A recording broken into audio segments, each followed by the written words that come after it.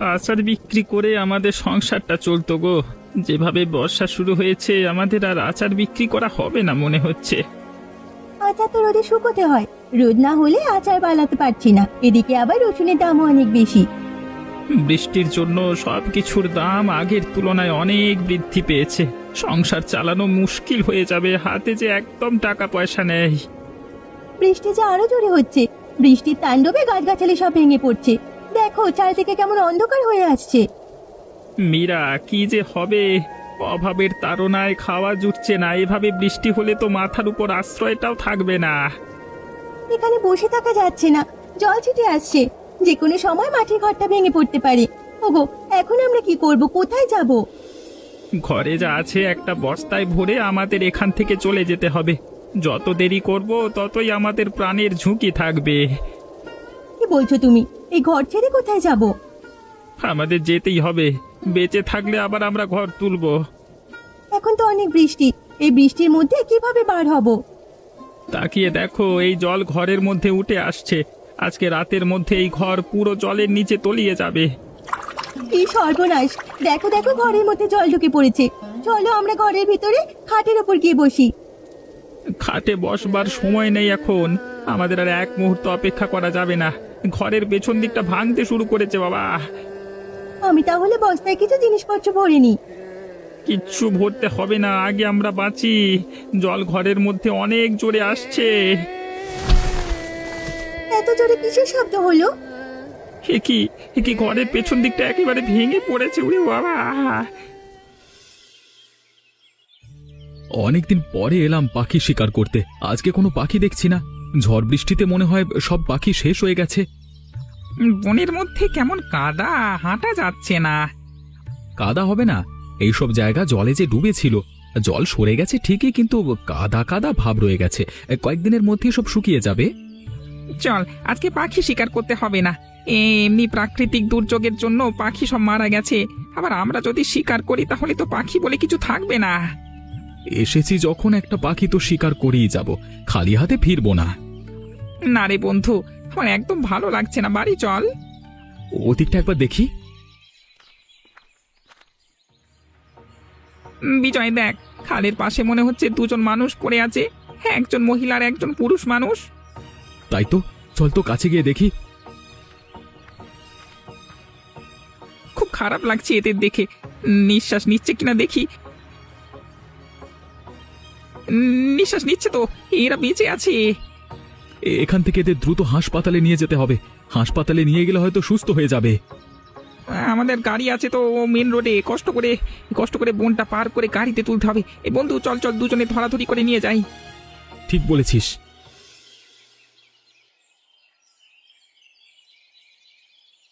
তোমার কি হয়েছিল? তোমরা খালের পাড়ে পড়েছিলে কেন? আমাদের ঘরের মধ্যে জল উঠে গেছিল।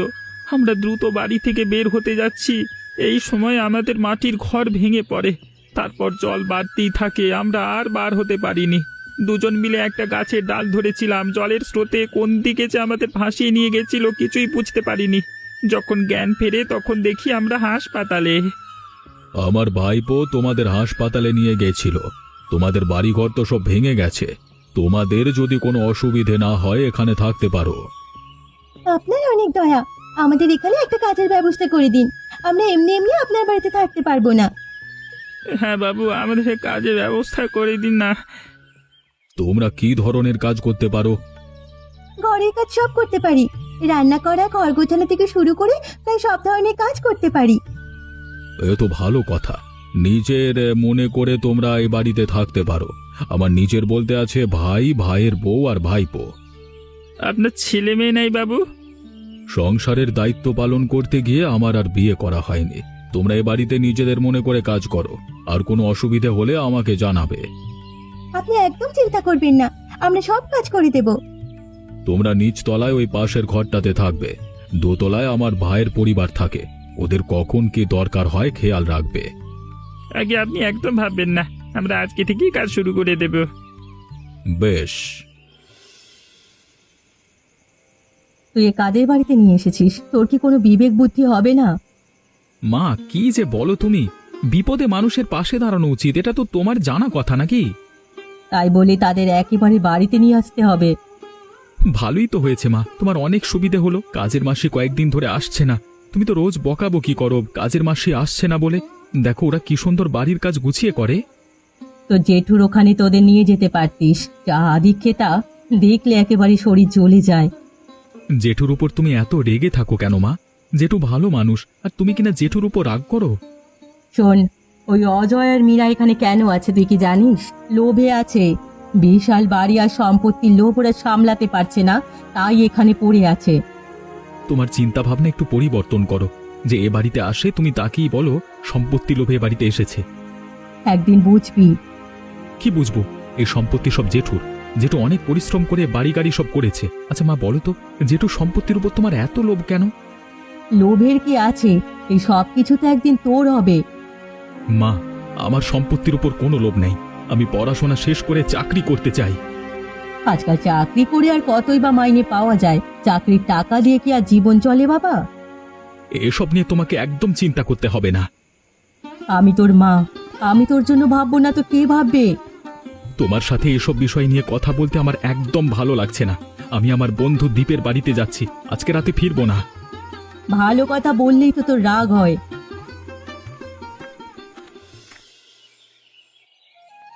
বুঝলি অজয়, গ্রামের মহাজন হওয়া অনেক ঝামেলা। বিভিন্ন সময়ে মানুষ বিভিন্ন ধরনের অভিযোগ নিয়ে আমার কাছে আসে। মাঝে মাঝে মজার ঘটনা ঘটে। হ্যাঁ, বাবু, কি ধরনের মজার ঘটনা ঘটে? একটা মজার ঘটনা তোকে বলি। আমাদের গ্রামের ওই কিরণ নামের একজন ছেলে ছিল।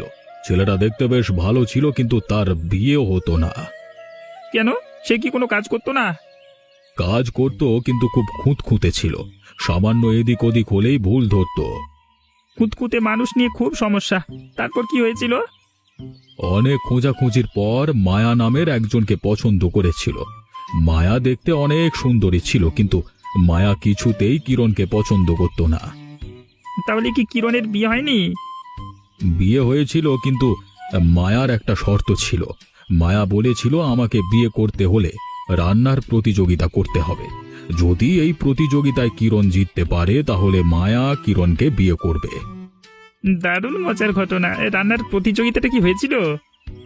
গ্রামের বটগাছের নিচে হয়েছিল। সেখানে বিচারক হিসেবে আমি উপস্থিত ছিলাম। গ্রামের মানুষ একেবারে ঘিরে ছিল সব। তারপর কি হয়েছিল বাবু? তারপর আমার তস হয়েছে না আর। মায়া আর কিরণ রান্না শুরু করে। দুজন খুব মনোযোগ দিয়ে রান্না করতে থাকে। তারপর হলো কি, গাছের ওপর থেকে একটা পাখি পটি করে দিল। সে পটি পড়ল সোজা কিরণের রান্নার উপর। তারপর কি হলো? কি আর হবে, গ্রামের লোকজন চিৎকার করে হাসাহাসি শুরু করে দিল। মায়া সবার সামনে জানিয়ে দিল কিরণ ভালো ছেলে, ওকে বিয়ে করব। তারপর কিছুদিনের মধ্যেই ওদের ধুমধাম করে বিয়ে হয়ে গেছিল। অনেক মজা পেলাম। এমন মজার ঘটনা আরো শুনবো। আজকে না, তোকে আরেক দিন আর একটা মজার ঘটনা শোনাবো। আচ্ছা বাবু, আচ্ছা।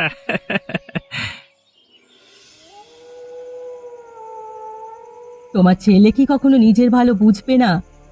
কেন, আমার ছেলে আবার কি করলো? ওকে তো বুঝতে হবে ওই সম্পত্তির মালিক একদিন ওকেই হতে হবে, কিন্তু ওর তো এই বাড়ি গাড়ির ওপর কোনো আগ্রহ নেই। তোমাকে এ নিয়ে চিন্তা করতে হবে না। দাদার দিন প্রায় শেষের দিকে। সৎ দাদা কখনো আপন হয় না। আমি কোনোদিন মন থেকে দাদাকে আপন করতে পারিনি। ছোট থেকে দেখছি সবাই আমার দাদাকে বেশি ভালোবাসতো। এমনকি আমার নিজের মাকেও দেখেছি দাদার থেকে দাদাকে বেশি ভালোবাসতে। দাদা তো সারাদিন ওই অজয় আর মীরাকে নিয়ে আদিক্ষেতা করে। এই বাড়ি ওদের আশ্রয় দেওয়ার কি কোনো দরকার ছিল? ওদের আশ্রয় দিয়ে ভালোই করেছে। তুমি ঠিক কি করতে চাইছো আমাকে একটু বুঝিও বলো তো। গভীর রাতে বালিশ চাপা দিয়ে দাদাকে শেষ করে দেব। এইসব তুমি কি বলছো? আমরা তো ধরা পড়ে যাব। আরে আমাদের কিছুই হবে না, সব দোষ দেব ওই অজয় আর মীরাকে। ওদের উপর দোষ চাপিয়ে দিলে আমাদের কিছু হবে না, কিছু না। ভালো বুদ্ধি করেছো। ওদের শেষ করে দিলে এই সম্পত্তি নিয়ে আর চিন্তা থাকবে না। দাদাকে শেষ না করে দিলে এই সম্পত্তির অর্ধেক গরিব অসহায়দের দিয়ে দেবো। দাদা একদিন খেতে কথা বলেছিল। চলো। দাদার সবকিছুতেই বাড়াবাড়ি। বাড়াবাড়ি আর বেশি দিন করতে পারবে না। তুমি কেন আমার সাথে যাচ্ছ? দুজন একসাথে গেলে মহাজন খোঁজ করবে। আমি বলে এসেছি, বলেছি আমরা হাটে রসুনের আচার বিক্রি করতে যাচ্ছি। এই মহাজন বাবু রাজি হলেন? কেন হবে না, বললো সারাদিন বাড়ি থাকার চেয়ে মাঝে মাঝে বাইরে বার হওয়া ভালো। মহাজনকে আজ রসুনের আচার খেতে দিয়েছিলাম, উনি খুব প্রশংসা করেছেন। আমরা আবার আচার তৈরি করা শুরু করে ভালো করেছি। আমাদের নিজের বাড়ি এবার ফিরে যেতে হবে, আচার বিক্রি করে টাকা গোছাতে হবে। বাড়িটা তো ভেঙে জলের সাথে একেবারে মিশে গেছে। তুমি একদম ঠিক বলেছ, পরের বাড়ি আর কতদিন থাকবো? এবারই ছোট বাবু আর মেম সাহেবের আচরণ খুবই খারাপ, আমরা তো কিছু বলতেও পারি না। বিজয় ওদের সন্তান হলেও একদম ওদের মতো হয়নি। বিজয়ের স্বভাব একেবারে মহাজনের মতো। মহাজন মাটির মানুষ, ওনার মতো মানুষ হয় না। উনি আশ্রয় না দিলে আমাদের বিপদে পড়তে হতো। সত্যি গো, উনি মহান মানুষ। ছোট মেম সাহেব আজকে সকালে আমাকে বলল আমরা নাকি লোভে পড়ে আছি, অন্যের বাড়িতে থাকি আমাদের কোনো লজ্জা নেই, আরো কত কি। কথা শুনতে ভালো লাগে না। আমরা কি বসে খাই নাকি? সারাদিন দুজনে কাজ করি, গাছে পানি দেওয়া, বাজার করা, গাড়ি ধোয়া সব আমি করি, আর তুমি তো ঘরের কাজ সব করো। এসব চোখে দেখে না, ওদের মনে শুধু শয়তানি। যাক গিয়ে এসব কথা এখন বাদ দাও, আমরা হাটে প্রায় চলেই এসেছি। একটা কথা ভাবছি, দাদা আবার জোরে চিৎকার দেবে না তো? চিৎকার করলে তো আমরা বিপদে পড়ে যাবো। না না, এমন কিছু হবে না। দাদা রাতে তো রোজ ওষুধ খায়, আজকে দাদার ঔষধ আমি দিয়েছিলাম। দাদার ওষুধের বদলে আমি চেতনানাশক ঔষধ দিয়েছিলাম। দাদার জ্ঞান নেই, এই ঔষধ একবার খেললে সে একেবারে মরার মতো পড়ে থাকবে। বাবা, তোমার মাথায় তো অনেক বুদ্ধি। সবাই ঘুমিয়েছে তো, এইদিকে কেউ আসলে কিন্তু সর্বনাশ হয়ে যাবে। এখন রাত 2টো বাজে, এত রাতে আবার জেগে থাকবে কে? বাবা, মা, তোমরা এত রাতে এখানে কি করছো? জেঠুর ঘরের সামনে দাঁড়িয়ে আছো কেন? একটা দরকারে এসেছিলাম, কিন্তু তুই এখানে কেন? ঘরে জল ছিল না, জল নিতে এসে দেখি তোমরা এখানে দাঁড়িয়ে আছো। এখন ঘরে যা বাবা, ঘুমিয়ে পড় গিয়ে।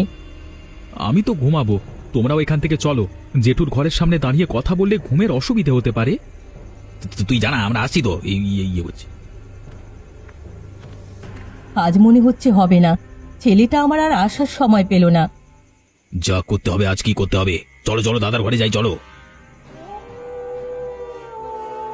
দাদা কেমন অজ্ঞান হয়ে পড়ে আছি। শেষ করে দিয়েছি। পৃথিবী থেকে বিদায় নিল জনগণের বন্ধু মহাজন। হায় রে মহাজন, সৎ ভাইয়ের হাতে জীবন দিতে হলো। চলো এবার এখান থেকে আমরা যাই, এখানে দাঁড়িয়ে থাকা মানে বিপদ ডেকে আনা। ওদিকে আবার অর্ধেক রাতে উঠে বসে থাকে মীরা আর অজয়, ওদের জন্য তো কিছু করেও শান্তি নেই। চলো চলো চলো, ঘরে গিয়ে কথা বলি, চলো চলো চলো।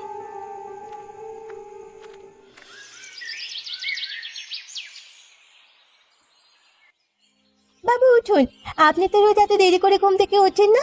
আপনাকে কখন থেকে ডাকছে কিন্তু আপনি সাড়া দিচ্ছেন না। আপনার জন্য নাস্তা নিয়ে এসেছি, নাস্তা করে ঔষধ খাবেন। এখনো উঠছেন না কেন? গায়ে হাত দিয়ে কি ডাকবো? কি বাবু, শরীর এমন শীতল হয়ে আছে কেন? কে কোথায় আছো? এদিকে এসো সবাই। কি হয়েছে, এত ডাকছো কেন? দেখো মহাজন বাবু উঠছে না, গায়ে হাত দিয়ে দেখি কেমন শীতল হয়ে আছে। কি বলছো তুমি? কালকে রাতেও তো একেবারে সুস্থ ছিল, হঠাৎ করে কি এমন হলো? দাদা, দাদা আপনার কি হলো? এখন কাকে দাদা বলে ডাকবো? ওগো তুমি কোথায়? দেখো এই শয়তান দুজন দাদাকে শেষ করে দিয়েছে। এসব আপনি কি বলছেন? মহাজন বাবু আমাদের কাছে একজন মহান মানুষ, ওনার কোনো ক্ষতি আমরা করতে পারি না। এইসব ভুলভাল কথা একদম বলবেন না। তোমরা তো দাদার সাথে সব সময় থাকো, দাদাকে তোমরাই খুন করেছো। আমরা বাবুর কিছুই করিনি, আপনি আমাদের মিথ্যে দোষারোপ করছেন। কি হয়েছে? তোমরা এত চেঁচামেচি করছো কেন? তোর জেঠু আমাদের ছেড়ে চলে গেছে, এই শয়তান দুজন তো জেঠুকে খুন করেছে, ওদেরকে আমরা ছাড়বো না। এসব তুমি কি বলছো? আমার জেঠুর কিছুই হতে পারে না। ও ওনাকে ছাড়া আমি পিকতে হাঁকবো কিভাবে? তুমি এভাবে যেতে পারো না, তুমি আমাদের আদর্শ। তোমার আদর্শ মেনে চলবার চেষ্টা করি, এখন আমার কি হবে? বিশ্বাস করুন, আমরা কিছু করি না, আমাদের দোষ দেবেন না। আমি থানায় যাচ্ছি। সত্যি যদি ওরা আমার জেঠুর খুন করে থাকে তাহলে ওদের অবস্থা অনেক অনেক ভয়ঙ্কর হবে। ওরে, মন খারাপ করে আর কি করবি বল? যা হওয়ার তো হয়ে গেছে, মানুষ তো সারা জীবন আর বেঁচে থাকে না। তুই তো জানিস আমি জেঠুকে কত ভালোবাসি। কোনো কিছু আমার ভালো লাগছে না। বুকের মধ্যে হু হু করে উঠছে রে। চল চল কোথাও গিয়ে কিছুদিন ঘুরে আসি, দেখবি মনটা একেবারে ভালো হয়ে যাবে। না রে, কোথাও যাব না।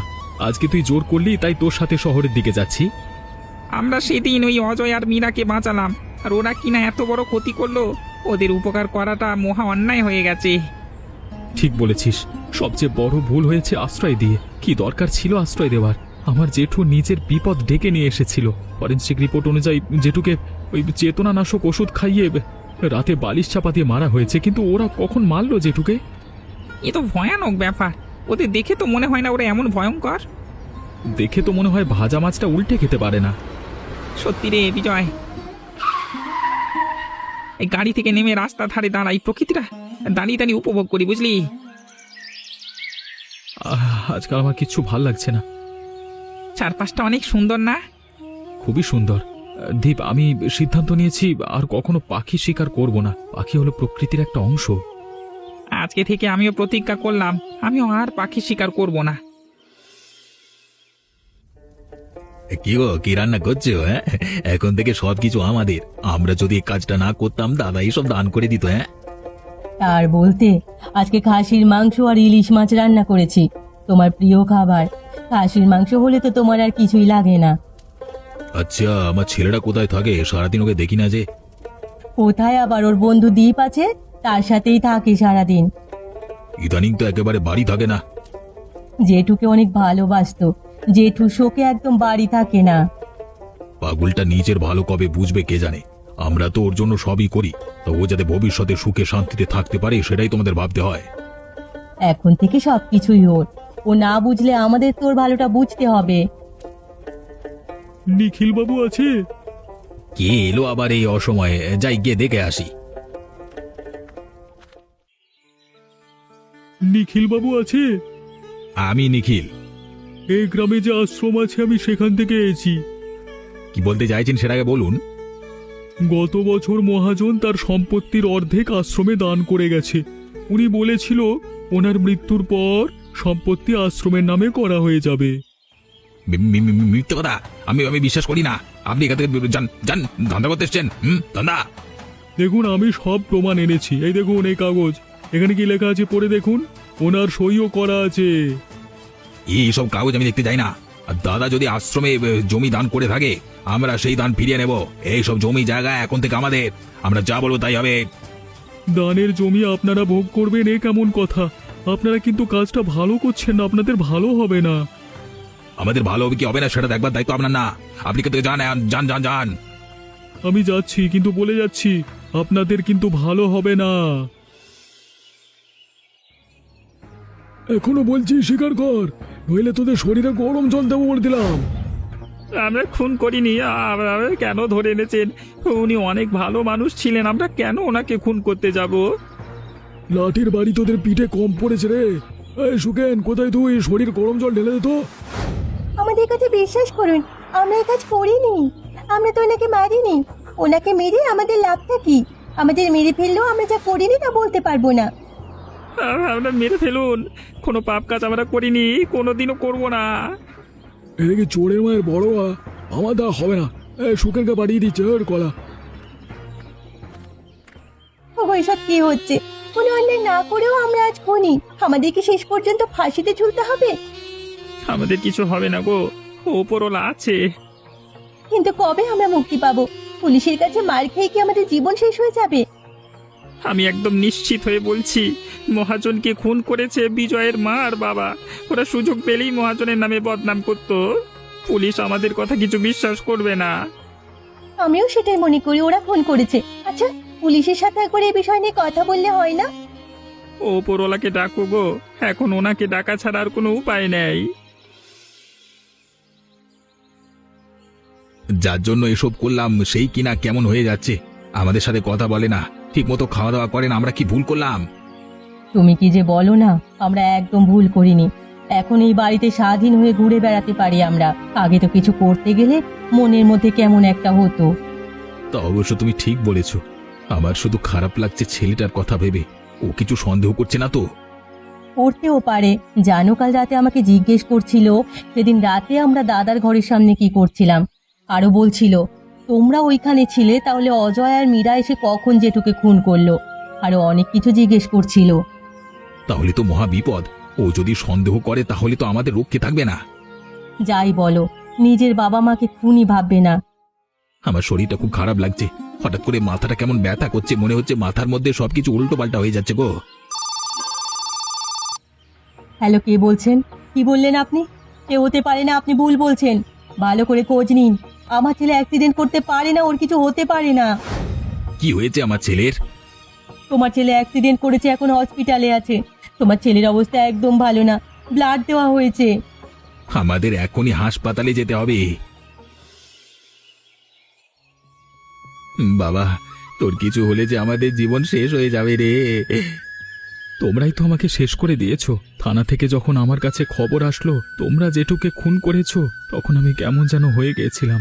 এরপর সামনে থেকে একটা গাড়ি এসে আমাকে ধাক্কা দিল, তারপর আর কিছু মনে নেই। বাবা, তুই আমাদের ক্ষমা করে দে, আমরা ভুল করেছি। তোমরা অজয় আর মীরার কাছে ক্ষমা চাও। তোমাদের কাছে হাত জোর করে ক্ষমা চাইছি, আমাদের ক্ষমা করে দিও। বিজয়, এবার আপনার বাবা মাকে আমার সাথে যেতে হবে। আপনার সাথে দেখা করানোর জন্য অপেক্ষা করছিলাম, আমার সময় নিতে পারছি না। আচ্ছা আচ্ছা, নিয়ে যান। আমরাও এবার যাব। আপনি সুস্থ হয়ে উঠেছেন, এর চাইতে ভালো আর কিছু হতে পারে না। কোথায় যাবেন? আপনাদের তো ঘরবাড়ি কিছুই নেই। আপনাদের আমি বাধা দেব না, কিন্তু আমি তো পুরোপুরি সুস্থ হইনি। যতদিন সুস্থ না হচ্ছি ততদিন আমাদের বাড়িতে থেকে যান। এর মধ্যে আপনারা ঘরটাও তুলতে পারবেন। ঘরটা তুলতে যা টাকা লাগে আমি দেব, পরে না হয় পরিশোধ করে দেবেন। ঠিক আছে, আপনি পুরোপুরি সুস্থ না হওয়া পর্যন্ত আপনাদের বাড়িতে থেকে যাব। তবে মহাজন আর বিজয়ের কথা সারা জীবন মনে রাখবো। ওরা ছিল বলে আমরা আবার নতুন জীবন পেয়েছি। নিজের বাড়ি থাকার মধ্যে আলাদা শান্তি আছে। হাজার বিপদ হলেও আমরা আর কোনোদিন পরের বাড়ি গিয়ে উঠবো না। হ্যাঁ, বর্ষার তাণ্ডবে ভেঙে যাওয়া বাড়িতেই আমাদের পরম সুখ। যতই বিপদ আসুক না কেন, এই বাড়ি ছেড়ে কোথাও যাব না। সে তো বটে, ওদের আমরা বলতে পারবো না। শোনো, আমি আবার আচার তৈরি করব, আর তুমি সে আচার হাটে বিক্রি করবে। আমি আজকে থেকে আচার তৈরি করব, তুমি দোকান থেকে সব উপকরণ নিয়ে এসো। আচ্ছা আচ্ছা, আমি এখনই যাচ্ছি।